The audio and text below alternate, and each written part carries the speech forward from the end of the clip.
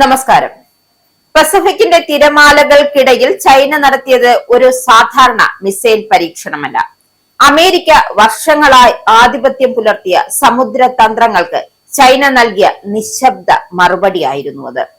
Pacific സമുദ്രത്തിൽ ആണവശേഷിയുള്ള തന്ത്രപ്രധാന അന്തർവാഹിനിയിൽ നിന്നും ഒരു മിസൈൽ വിജയകരമായി വിക്ഷേപിച്ചതായി ചൈന ഔദ്യോഗികമായി പ്രഖ്യാപിച്ചു. ഇതോടെ പാശ്ചാത്യ രാജ്യങ്ങൾ ആശങ്ക പ്രകടിപ്പിക്കുകയും ഏഷ്യൻ മേഖലയിൽ സുരക്ഷാ ചർച്ചകൾ വീണ്ടും സജീവമാവുകയും ചെയ്തു. എന്നാൽ ഈ സംഭവത്തെ വെറുമൊരു ഭീഷണി എന്ന നിലയിൽ മാത്രം കാണുന്നത് യഥാർത്ഥത്തിൽ ഒരു ഭാഗം മാത്രമാണ്.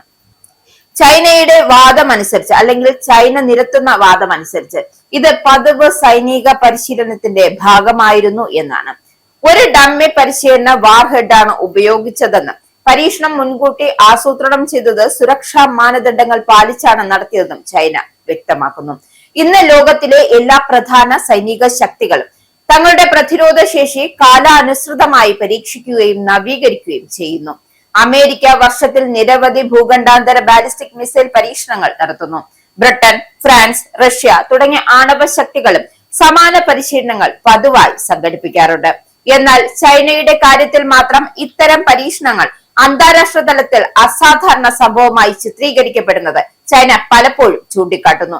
ഇത് ഇരട്ടത്താപ്പിന്റെ ഉദാഹരണമെന്നാണ് കണക്കാക്കുന്നത്. ചൈനീസ് നാവികസേനയുടെ ഔദ്യോഗിക വിശദീകരണ പ്രകാരം പ്രാദേശിക സമയം ഉച്ചയ്ക്ക് 12:01 പീപ്പിൾസ് ലിബറേഷൻ ആർമി നേവിയുടെ ഒരു തന്ത്രപ്രധാന ആണവ അന്തർവാഹിനിയിൽ നിന്ന് മിസൈൽ വിക്ഷേപിച്ചത്.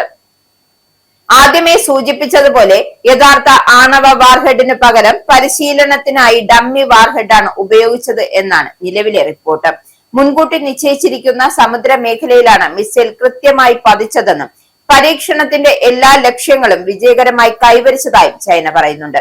ഇത്തരമൊരു പരീക്ഷണം നടത്താൻ കഴിയുന്നത് ഒരു രാജ്യത്തിന്റെ സാങ്കേതിക ശേഷിയുടെ, സമുദ്ര പ്രതിരോധ സംവിധാനത്തിന്റെയും ഉയർന്ന നിലവാരത്തിന്റെ തെളിവാണ്.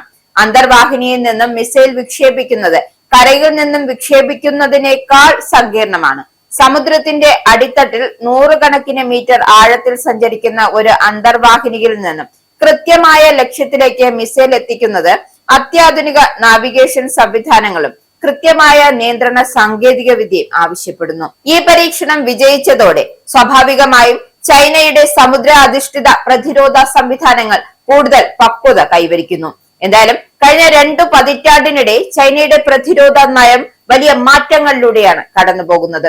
ഒരു കാലത്ത് തീരസംരക്ഷണത്തിന് മാത്രം പ്രാധാന്യം നൽകിയിരുന്ന ചൈനീസ് നാവികസേന ഇന്ന് ലോകത്തിലെ ഏറ്റവും വലിയ നാവികസേനകളിലൊന്നായി വളർന്നു കഴിഞ്ഞു.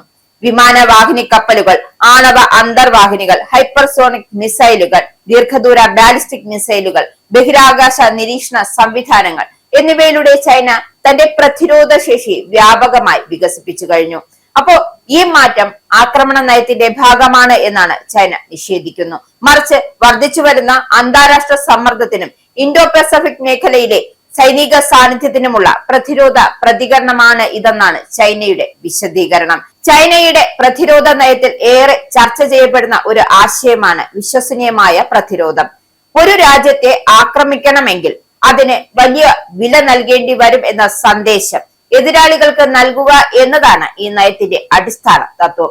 അതുകൊണ്ട് തന്നെയാണ് മിസൈൽ പരീക്ഷണങ്ങൾ യുദ്ധത്തിനുള്ളതല്ല, തയ്യാറെടുപ്പല്ല, മറിച്ച് യുദ്ധം ഒഴിവാക്കാനുള്ള പ്രതിരോധ സന്ദേശമാണെന്നും ചൈനീസ് സൈനിക വിശകലനങ്ങൾ വ്യക്തമാക്കുന്നത്.